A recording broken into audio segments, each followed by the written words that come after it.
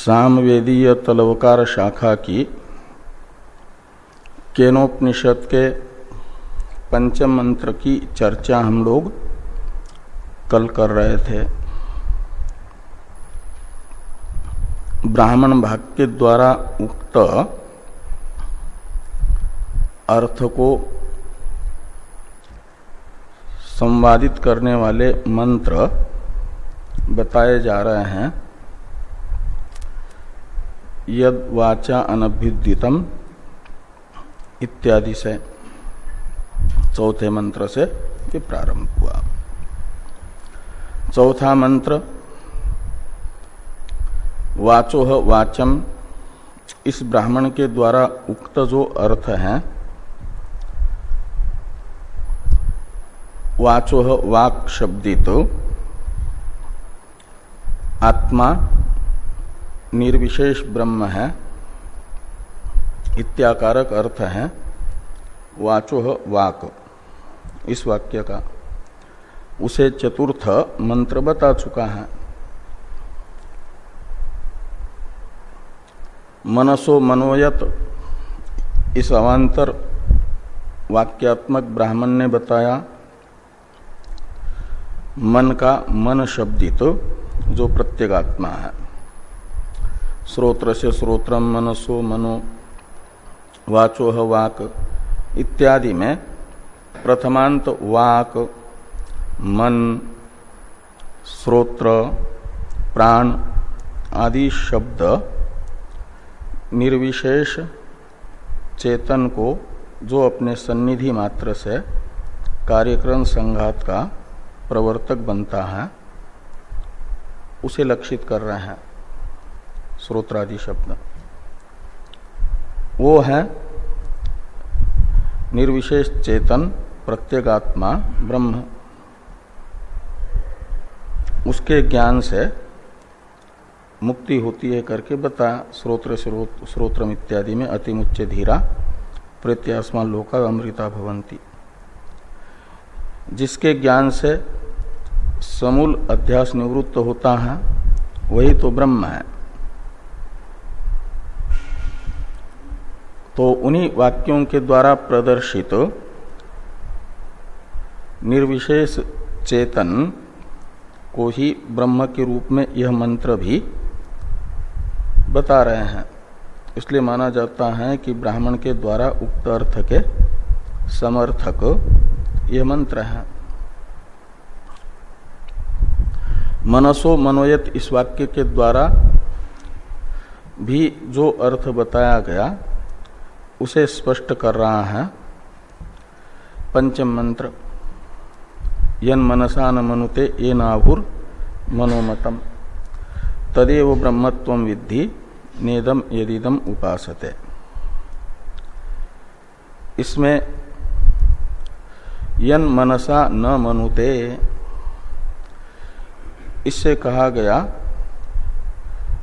कि मनसो मनोयत इस वाक्य के द्वारा प्रदर्शित जो सन्निधि मात्र से मन का प्रवर्तक चेतन है,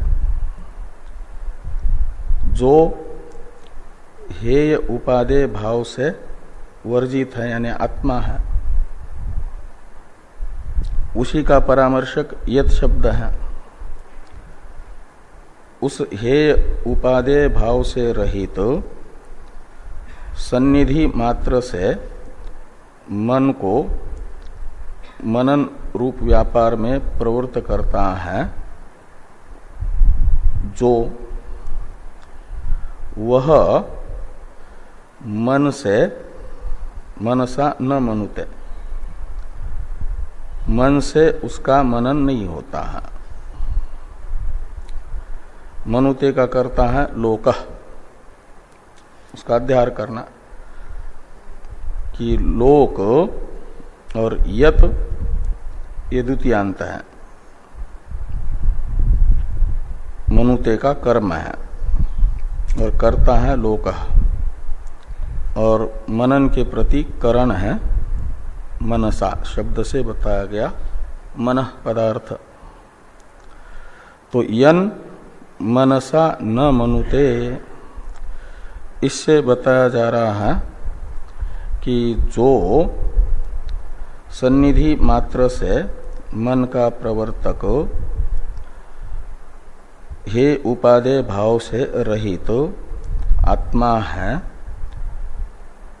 उसका मनन रूप, उसे मनन रूप क्रिया का विषय कोई भी प्राणी नहीं बनाता। लोक है प्राणी, किससे? तो अपने मन से। मनन रूप क्रिया में करण है मन। और यहाँ मनसा इस तृतीयांत पद से लेना है अंतःकरण मात्र को, अंतःकरण सामान्य को। इसलिए अंतःकरण रूप करण के द्वारा कोई भी लोक शब्दित प्राणी मनुष्य जिसे अपना विषय नहीं बना सकता, मनन का विषय नहीं बना सकता। अंतःकरण के जो व्यापार हैं उस व्यापार का विषय नहीं बनता। अंतःकरण, मन शब्द से अंतःकरण सामान्य ले रहे, तो अंतःकरण के जब दो ही विभाग करते हैं मन और बुद्धि, तो मन का संकल्प विकल्प रूप व्यापार और बुद्धि का निश्चय रूप व्यापार, इन दोनों का भी विषय किसी के वह प्रत्यक्ष चैतन्य नहीं बनता। तद विषयक संकल्प भी अंतःकरण से नहीं किया जा सकता और तद विषयक निश्चय भी केवल अंतःकरण से नहीं होता, शास्त्र से होता है। और शास्त्र से भी वो वृत्त्यात्मक निश्चय होता है और वह अज्ञान को निवृत्त करने पर स्वयं भाषित होता है। वो ये यद वाचा अनभ्युदितन से बताया कि शक्ति संबंध से शास्त्र भी तद विषयक निश्चय का उत्पादक नहीं होता, लक्षित कराता है। हाँ, तो यन मनसा न मनुते का अर्थ हुआ लोकः यत आत्मतत्वं स्वकीय मनसा न मनुते, यानी न संकल्पयति न निश्चिनोति, ये अर्थ निकलेगा। अपितु बाह्य अनात्म वस्तु को अपने अंतःकरण से प्राणी जो संकल्प और निश्चय का विषय बनाते हैं जिस मन से, अंतःकरण से, वह अंतःकरण सवृत्तिक अंतःकरण ये न आत्मज्योतिषा मतम यानी विषयीकृतम, अंतःकरण से लोक जिन अनात्म वस्तुओं को विषय बनाते हैं वह अंतःकरण अपने व्यापार सहित जिस चित स्वरूप आत्मा का विषय बनता है, जिससे अवभाषित होता है, वह मन से अवभाषित नहीं होगा। कौन? हाँ, तो मन विषय बनता है, ये मैंने कहा। तो जो विषय बनेगा, मन विषय बनता है जिसका, मन उसको विषय नहीं करता, जो मन को अपना विषय बनाता है, यानी प्रकाशित करता है, अवभाषित करता है। तो मन अपना विषय बनाता है अनात्म पदार्थों को। तो अनात्म पदार्थ को विषय बनाने वाले मन को भी उसके वृत्ति के साथ जो विषय बनाता है, अवभाषित करता है, जिससे अवभाषित हो रहा है, प्रकाशित हो रहा है मन।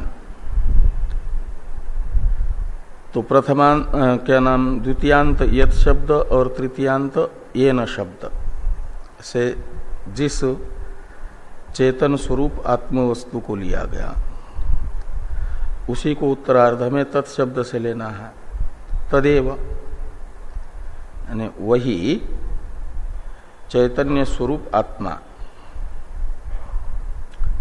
ब्रह्म है। चैतन्य स्वरूप ही तुम हो और तुम ही ब्रह्म हो। तुम, ये ओकार बता रहा है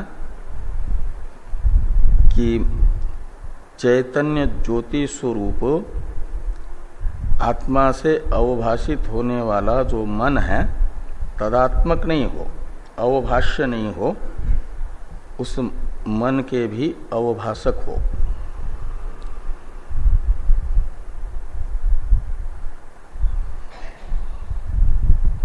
तो मन जिसका अवभाष्य है वो मैं हूं, ऐसा जानेंगे तो मन का अवभाषक मन से अलग होता है। तो मैं मन का अवभाषक हूं का अर्थ निकलेगा मन से अलग हूं, मन मैं नहीं हूं। वो मन का अवभाषक चेतन है। यही बात मनसो मनोयत इस ब्राह्मण वाक्य ने कही थी। अन्य देव तद विदितात अथो अविदितात अधि इस आगम वाक्य ने कही थी। उसी का समर्थन यह मंत्र कर रहा है।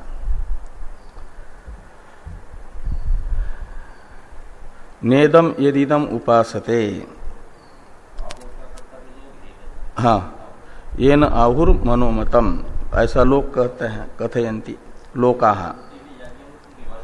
हाँ हाँ हाँ, तो ये न मन मतम इति लोकाः आहु यानी कथयंती, लोक ऐसा कहते हैं।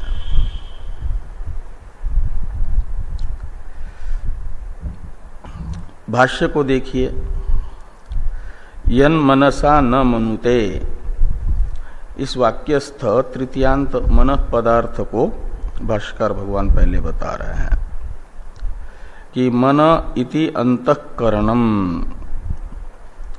बुद्धि मनसो एकत्वेन गृह्यते।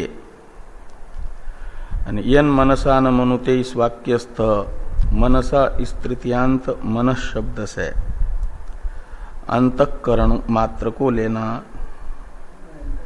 हाँ, और जब अंतःकरण मन बुद्धि दो विभागों में विभक्त माना जाता है, उन दोनों को एक करके यहाँ पर मन शब्द से कहा जा रहा है।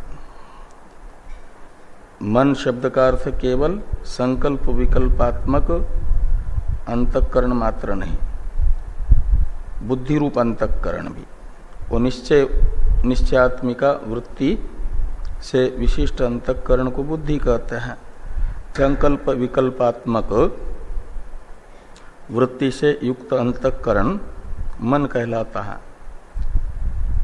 तो ये जो दो उभय प्रकारक अंतःकरण है, उस उभय प्रकारक अंतःकरण मात्र को बताने के लिए मन शब्द का प्रयोग है। नहीं तो मन कहने से संकल्प विकल्पात्मक वृत्ति से विशिष्ट अंतःकरण मात्र को लिया जाता है, लोक में प्रसिद्ध अर्थ वो है। लेकिन यहाँ पर निश्चयात्मक वृत्ति से विशिष्ट अंतःकरण को भी लिया जा रहा है। और बुद्धि मनसो एकत्वेन गृह्यते, यहाँ पर यद्यपि अंतःकरण के चार भाग माने जाते हैं, मन, बुद्धि, चित्त, अहंकार। तो यहाँ पर चित्त का मन में, अहंकार का बुद्धि में, अंतर्भाव करके बुद्धि मनसो ऐसा भाष्यकार भगवान लिखते हैं। बुद्धि कहते समय अहंकार भी उसमें समाविष्ट है और मन कहा तो उसमें चित्त भी समाविष्ट है, अंतर्भूत है। ये समझ करके बुद्धि मनसो एकत्वेन ऐसा लिखा है। ये टिप्पणीकार कहते हैं 1 नंबर टिप्पणी में, चित्त अहंकारो अंतर्भाव्य आह बुद्धि मनसो रीति। तो चित्त और अहंकार का क्रमतः मन तथा बुद्धि में अंतर्भाव करके भाष्यकार भगवान ने बुद्धि मनसो एकत्वेन मन इति अंतःकरणम गृह्यते ऐसा लिखा है। हाँ,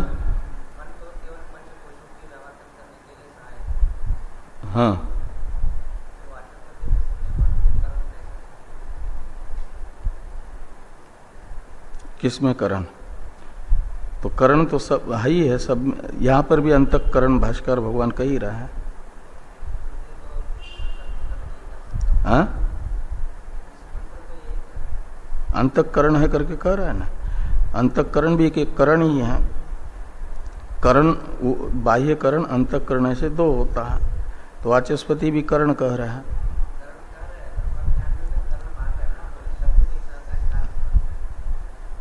हाँ, तो यहां पर भी बता रहा है भाष्यकार भगवान, यहां पर भी ऐसे कह रहा है। वो ये कहते हैं जब शब्द से परोक्ष ही मानेंगे तो अंतःकरण वहां अपरोक्ष में हेतु है, ये कहते हैं। और शब्द उसका सहकारी है, शब्द से परोक्ष होता है। जिनके मत में शब्द का प्रमात्मक फल शब्द प्रमाण मात्र से परोक्ष ज्ञान ही होता है, परोक्ष प्रमा ही होती है, अपरोक्ष नहीं। वे मान रहे हैं, उसके कारण उसे प्रमा के प्रति करण मान रहे हैं, अपरोक्ष के प्रति आपके अंतःकरण को, ये कहते हैं।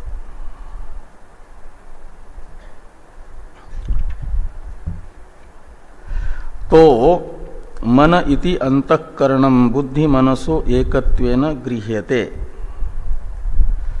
मनुते अनेन इति मनः सर्वकरण साधारणम। तो मन शब्द का पहले अर्थ बताया कि अंतःकरण मात्र को लेना है मन शब्द से। अब मन शब्द की व्युत्पत्ति कर रहे हैं अंतःकरण सामान्य को लेने के लिए। करण अर्थ में वो प्रत्यय होकर के असुन मन शब्द बना है कि मनुते अनेन इति मनः। तो मनन का जो करण है उसे कहा जाएगा मन। अब मनुते अनेन इति मनः ऐसी उत्पत्ति करेंगे तो मनन रूप जो व्यापार विशेष है, मन धातु का अर्थ मनन रूप व्यापार, केवल उसी के प्रति करण मन है, ये अर्थ निकलेगा। मन धातु के अर्थभूत क्रिया मात्र मनन रूप क्रिया के प्रति ही मन करण है। अन्य इंद्रियों का व्यापार रूप जो क्रियाएं हैं दर्शनादि रूप, रूप दर्शनाद्यात्मक, उनके प्रति मन का अनुपयोग सिद्ध हो जाएगा फिर। इसलिए भाष्यकार भगवान लिखते हैं कि यहाँ मन शब्द से मन धातु के अर्थ के रूप में जो मनन है वह समस्त दर्शनादि क्रियाओं का उपलक्षण है। इसलिए सर्वकरण साधारणम ये लिखते हैं कि सर्वकरण साधारणम। तो सर्वकरण साधारण कहने से ये निकलेगा कि जो चक्षुरादि का व्यापार है, रूप दर्शनादि रूप क्रियाएं, उनके प्रति भी मन कारण है। नहीं तो मनुते अनेनैति मनः, इसमें केवल मनन से मन धातु का अर्थभूत मनन रूप क्रिया लेंगे व्यापार, उसी का करण ये सामान्य अर्थ निकल रहा है। लेकिन कहते हैं कि यहाँ दर्शनादि व्यापारों के प्रति भी मन का उपयोग होने के कारण मनन से समस्त इंद्रियों की क्रिया को समझना और समस्त इंद्रिय क्रियाओं के प्रति जो करण बने उसे कहा जाता है मन। तो मनुते अनेन इति मनः सर्वकरण साधारणम।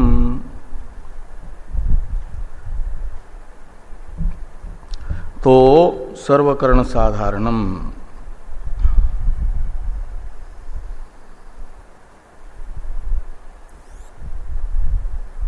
दो नंबर टिप्पणी में ये सर्वकरण साधारणम ये मन को क्यों कहा जा रहा है, इसलिए टीकाकार कहते हैं टिप्पणीकार कि मनुते अनेन इति उत्पादनात् मनन क्रियां प्रत्येव मनसः करणत्वम् न तो रूपादि दर्शनादि क्रियां प्रति इति एताम आशंकां वारयितुम सर्वकरण साधारणम इति। कहते हैं ये आशंका हो सकती है मनुते अनेनैति मनः ऐसी उत्पत्ति करने से मन शब्द का अर्थ केवल मनन क्रिया का जो करण है वह मन है, मन पदार्थ है, यह अर्थ निकल सकता है। तो रूपादि दर्शन के प्रति वह करण नहीं है, साधन नहीं है, इस प्रकार की आशंका हो सकती है। इस आशंका का निराकरण करने के लिए कहते हैं कि इति आशंकाम वारयितुम आह सर्वकरण साधारणम। सर्वकरण साधारणम का अर्थ निकलेगा समस्त इंद्रियों की क्रिया के प्रति साधन। इसलिए लिखते सर्वेन्द्रिय सहकारित्वेन इंद्रिय क्रिया सामान्यम प्रतिकरणम। तो मन चक्षुरादि समस्त इंद्रियों का सहकारी बन करके रूपादि दर्शन मनस संयुक्त चक्षुरादि से होता है, केवल चक्षुरादि से नहीं। इसलिए समस्त इंद्रियों के व्यापार निष्पादन में मन सहकारी होने से, समस्त इंद्रिय सहकारी होने के कारण समस्त इंद्रियों से होने वाली दर्शनादि रूप क्रिया का जो साधन है, क्रिया सामान्य के प्रति, इंद्रिय क्रिया सामान्य के प्रति कारण, ये अर्थ निकलेगा मन पद शब्द का। कहते हैं मन शब्द का यह अर्थ करने में हेतु क्या है, तो हेतु बताते हैं सर्व विषय व्यापकत्वात्। वह सर्व विषय व्यापक है का अर्थ है अलग अलग चक्षुरादि इंद्रियों के विषयों के ज्ञान में भी अपेक्षित है। सर्व विषय व्यापक है का अर्थ है वो केवल मन का जो विषय है उसी के ज्ञान में मन अपेक्षित है ऐसा नहीं, किंतु चक्षुरादि इंद्रियों के जो विषय हैं रूपादि, उन सब के ज्ञान में मन अपेक्षित है। इसलिए उसे कहा जाता है सर्व विषय व्यापक, और सर्व विषय व्यापक होने से सर्वेंद्रिय क्रिया प्रति सामान्य रूप से कारण बनेगा। ये बता।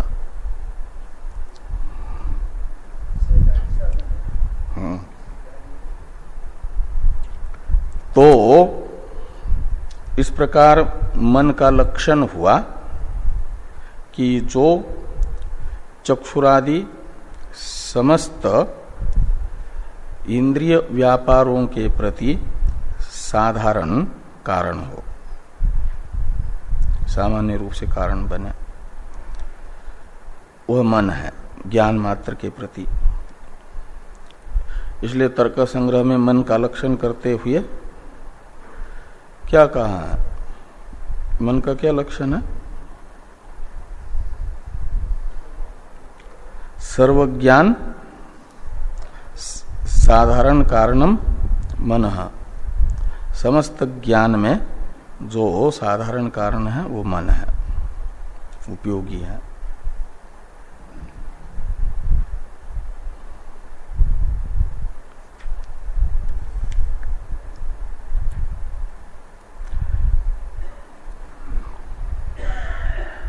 तो अब उसका स्वरूप बताया जा रहा है मन का, श्रुति के आधार पर।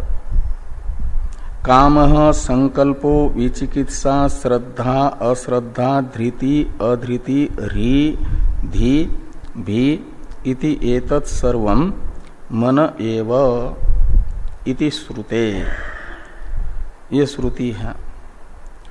तो इसमें बताया जा रहा है कि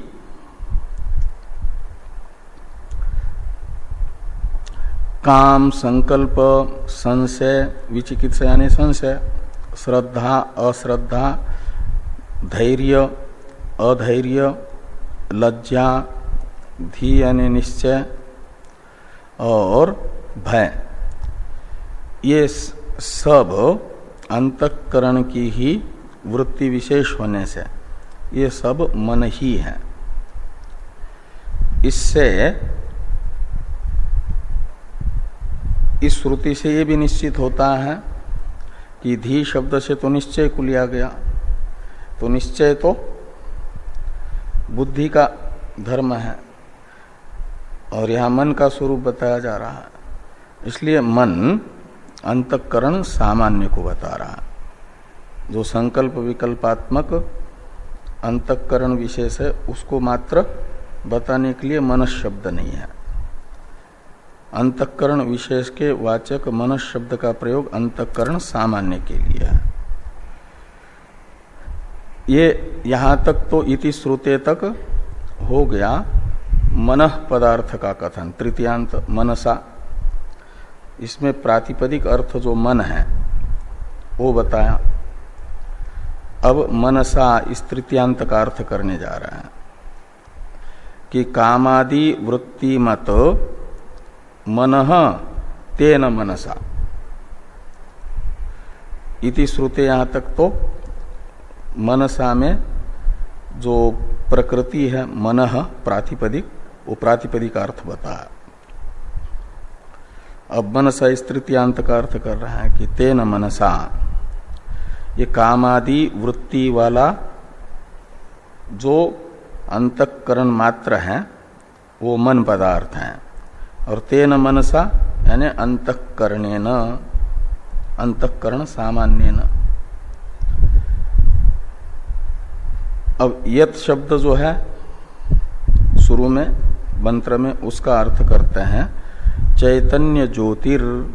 यत ये शब्द प्रकृत चैतन्य ज्योति का परामर्शक है। मनसो मनोयत, इसमें प्रथमांत मन शब्द का जो अर्थ है, और अन्य देव तद विदितात अथवा अविदितात अधि से जिसे हे उपादेय से रहित बताया है वो है चैतन्य ज्योति आत्मा। उसी आत्म तत्व का परामर्शक है यत शब्द। इसलिए कहते यद चैतन्य ज्योतिर, वो कैसा है? तो मनसो अवभासकम, वो मन का भी अवभाषक है। वह न मनुते यानी न संकल्पयति नापि निश्चिनोति। 5 नंबर टिप्पणी में टिप्पणीकार कहते हैं कि लोकः इति शेषः, मनुते शब्द का अर्थ कर दिया संकल्पयति निश्चिनोति। तो कौन संकल्प नहीं करता, कौन निश्चय नहीं करता मन से? यत शब्द से ग्राह्य चैतन्य ज्योति का। तो कहते लोक यानी प्राणी, कोई भी प्राणी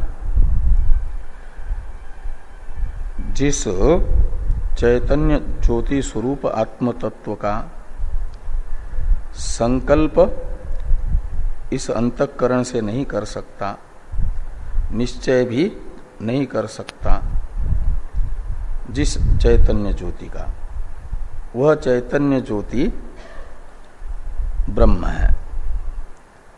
वो चैतन्य ज्योति आत्मा है। आत्मा को मन से विषय नहीं किया जाता।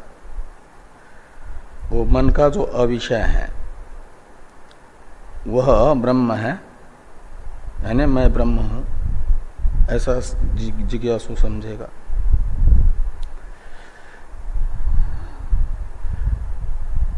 और ये न आहुर मनोमतम का अर्थ करते हैं।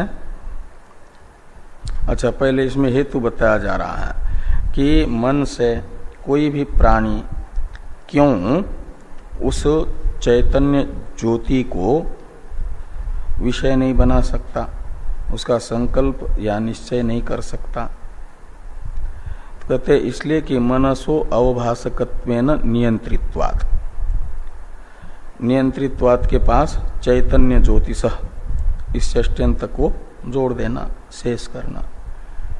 कहते जिस चैतन्य ज्योति में संकल्प विकल्प का निषेध किया जा रहा है, मन के प्रवेश का निषेध किया जा रहा है, वह चैतन्य ज्योति मन की अवभाषक होने से नियंता है, नियामक है, यानी अवभाषक है। मन की सारी गतिविधियों को हमेशा देखने वाली है वो चैतन्य ज्योति। देखना ही नियंत्रण करना होता है हर एक गतिविधि को। तो अंतःकरण की हर एक गतिविधि उस चैतन्य ज्योति से अज्ञात नहीं है, ज्ञात ही है। बस अंतःकरण की हर एक गति पर नजर रखना ही अंतःकरण का नियमन करना है। और उस चैतन्य ज्योति की नजर अंतःकरण के हर एक व्यापार में है, उसे छिपा करके अंतःकरण कुछ भी नहीं कर सकता। अंतःकरण का कोई ऐसा व्यापार है जो आत्मा को अज्ञात हो।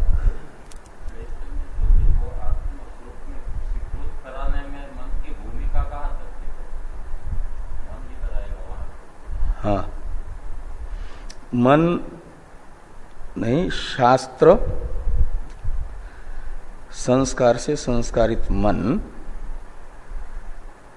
की एक वृत्ति बनती है, वह उस चैतन्य ज्योति को अनावृत करती है।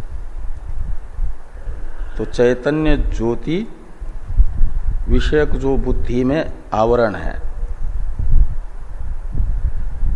चैतन्य तो अनावृत ही है। सूर्य कभी बादल से ढका नहीं है। सूर्य को देखने वाली हमारी दृष्टि के सामने बादल आ जाता है, वो हमारी दृष्टि आवृत्त होती है, तो हम मानते हैं सूर्य बादल से ढक गया। ऐसे हम जो जिज्ञासु हैं, जिस प्रज्ञा से उस चैतन्य ज्योति को देखना है वह प्रज्ञा अविद्या से आवृत्त है हमारी।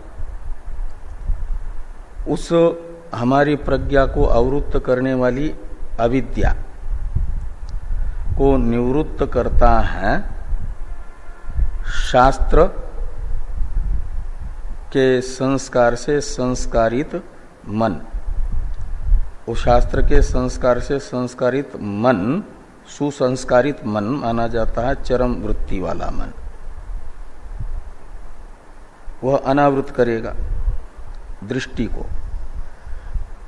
का मतलब आवरण निवृत्त होगा, तो वो फिर स्वयं प्रकाश होने के कारण स्वयं ही भाषित होगा।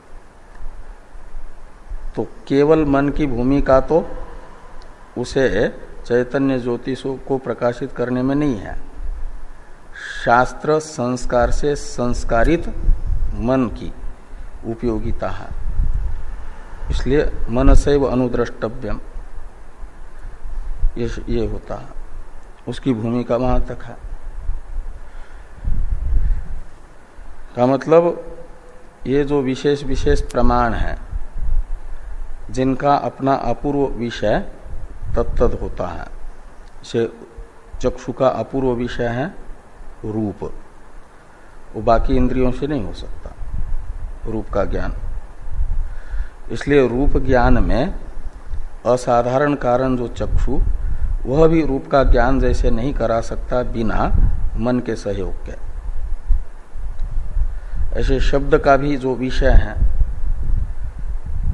तत्वमशादी शब्द का प्रत्येक अभिन्न ब्रह्म, उसका ज्ञान में भी जैसे चक्षुरादि के ज्ञान में अंतःकरण सहयोगी है, ऐसे शुद्ध अंतःकरण तत्वमशादी वाक्य का भी सहयोगी बनता है। तत्वमशादी लक्षित कराता है, अंतःकरण उसके साथ जा करके तदाकार बन जाता है। जैसे रूप के प्रति चक्षु मन को ले जा करके रूपाकार बनाता है, बिना चक्षु के रूपाकार अंतःकरण नहीं बन सकता, शब्दाकार श्रोत्र के बिना नहीं बन सकता।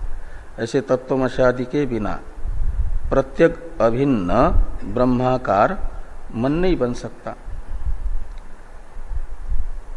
और उसके लिए शब्द, केवल शब्द भी वो ये नहीं करा सकता।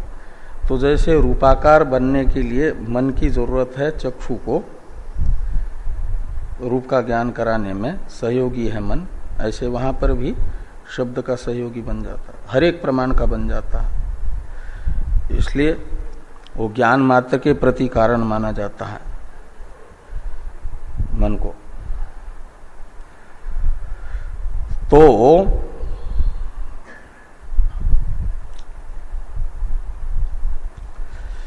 मनसो अवभासकत्वेन नियंत्रित्वात्, ये जो चैतन्य ज्योति स्वरूप आत्मवस्तु है, चैतन्य ज्योति कहो या आत्मस्वरूप कहो एक ही बात है, वह मन का नियंता है। उसमें मन का नियंत्रित्व क्या है? अवभासकत्व ही नियंत्रित्व है। बस उस पर दृष्टि, मन का कोई भी व्यापार छोटा से छोटा जिसके संज्ञान में ही हो रहा है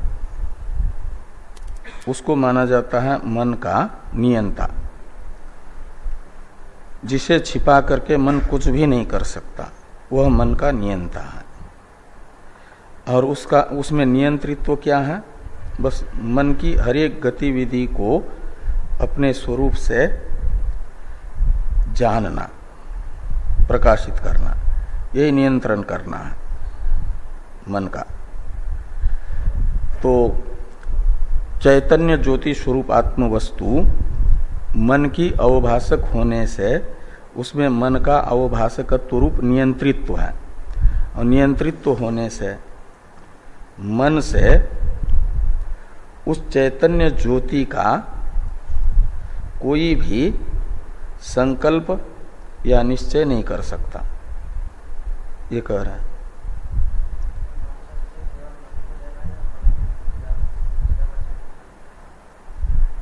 चिदाभास तो मन रहेगा तो रहेगा ही, क्योंकि ऐसे मन होता ही नहीं जिसमें चित्त का आभास ना हो। साभास ही अंतःकरण रहता है। अनात्म वस्तु को प्रकाशित करने के लिए चिदाभास की भी जरूरत होती है, और आत्म वस्तु विषयक अज्ञान जो हमारी बुद्धि में है उसे दूर करने के लिए केवल वृत्ति की आवश्यकता है। चिदाभास अनुपयोगी है, क्योंकि जिस चित्त का वो आभास है वृत्ति में, वो चित्त स्वयं ही वहां पर वो है, भास रहा है चेतन होने से। उसके लिए चिदाभास रहता है लेकिन उपयोग नहीं है, फल व्याप्ति नहीं है उसमें, वृत्ति व्याप्ति है। वो अन्यथा सिद्ध है। जैसे घड़ा बनाते समय कुलाल के पास में बंधा हुआ कोई गधा है, उसका वाहन, तो वह घड़ा बनाने में उसका उपयोग नहीं है, लेकिन पास में है, वो अन्यथा सिद्ध कहा जाता है। ऐसे ही चिदाभास ब्रह्म जो चैतन्य ज्योति है उसके अभिव्यंजन में, अभिव्यक्ति में अन्यथा सिद्ध है, उसका उपयोग नहीं है। जड़ वस्तु के अवभाषण में तो उपयोग है।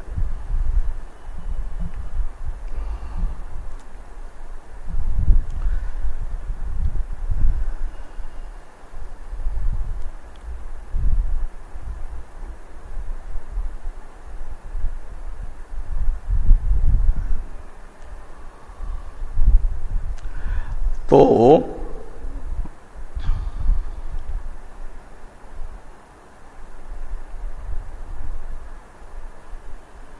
आगे कहते हैं सर्व विषयम प्रति प्रत्यग एव इति स्वात्मनि न प्रवर्तते अंतःकरणम।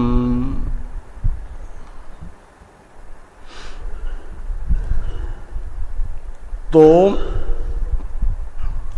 समस्त विषयों के प्रति प्रत्यक्ष ही है कौन?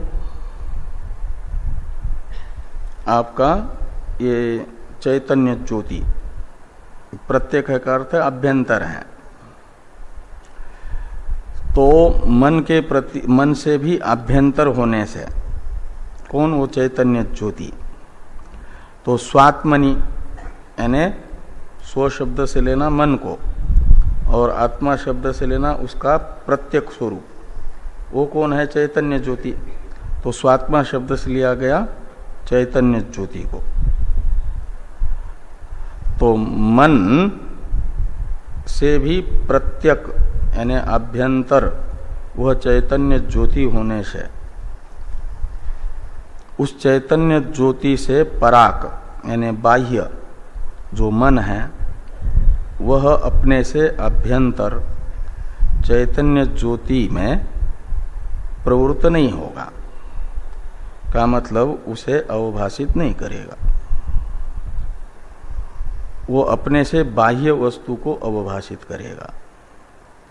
तो अंतःकरण से बाह्य वस्तु तो बाह्य रूपादि विषय हैं, उनको तो अवभाषित कर सकता है, लेकिन अपने से अभ्यंतर जो चैतन्य ज्योति है उसे अवभाषित वो नहीं कर सकता। ये यन मनसा न मनुते का भावार्थ स्पष्ट करते हुए कहा कि सर्व विषयम प्रति प्रत्यक एव कौन? तो ऊपर से जोड़ देना चैतन्य ज्योति। तो सभी विषयों के प्रति चैतन्य ज्योति प्रत्यक यानी अभ्यंतर ही है। इति यानी इस कारण से सर्व विषय के अंदर आ गया, विषय यानी दृश्य, मन भी आ गया। तो इति स्वात्मनि यानी अपने से अभ्यंतर, जो मन से अभ्यंतर चैतन्य ज्योति है, तद उसमें अंतःकरणम न प्रवर्तते। अंतःकरण यानी मन प्रवृत्त नहीं होगा, का अर्थ है उसे अवभाषित नहीं करेगा। यन मनसा न मनुते का अर्थ हुआ। अंतस्थेन ही चैतन्य ज्योतिषा अवभाषितस्य मनसो मनन सामर्थ्यम तेन, कहते अंतस्थेन चैतन्य ज्योतिषा, मन से आभ्यंतर जो चैतन्य ज्योति स्वरूप आत्म तत्व है उससे अवभाषित जो मन है उसमें मनन का सामर्थ्य आता है, यानी बाह्य अनात्म वस्तु को प्रकाशित करने का सामर्थ्य आता है। मनन से लेना सभी ज्ञान, संकल्प विकल्प आदि और निश्चय आदि रूप, ये जो अपना व्यापार है वो व्यापार करने का सामर्थ्य मन में तब आता है जब आत्म ज्योति उसे प्रकाशित करती है। का मतलब आत्म ज्योति के संज्ञान में रह करके ही मन का व्यापार होता है। उस आत्म ज्योति को विषय करने वाला व्यापार मन का नहीं हो सकता। मनसो सामर्थ्यम तेन, तेन यानी ज्योतिषा, सवृत्तिकम मनः ये न ब्रह्मणा मतम, तो वृत्ति सहित यानी व्यापार सहित, मननादि रूप व्यापार सहित मन जिस चैतन्य ज्योति स्वरूप ब्रह्म से मतम यानी विषयीकृतम यानी अवभाषितम, उसी का अर्थ ये कर दिया व्याप्तम, यानी दृश्य दृष्टा से व्याप्त होता है। बिना दृष्टा के दृश्यत्व सिद्ध नहीं होता।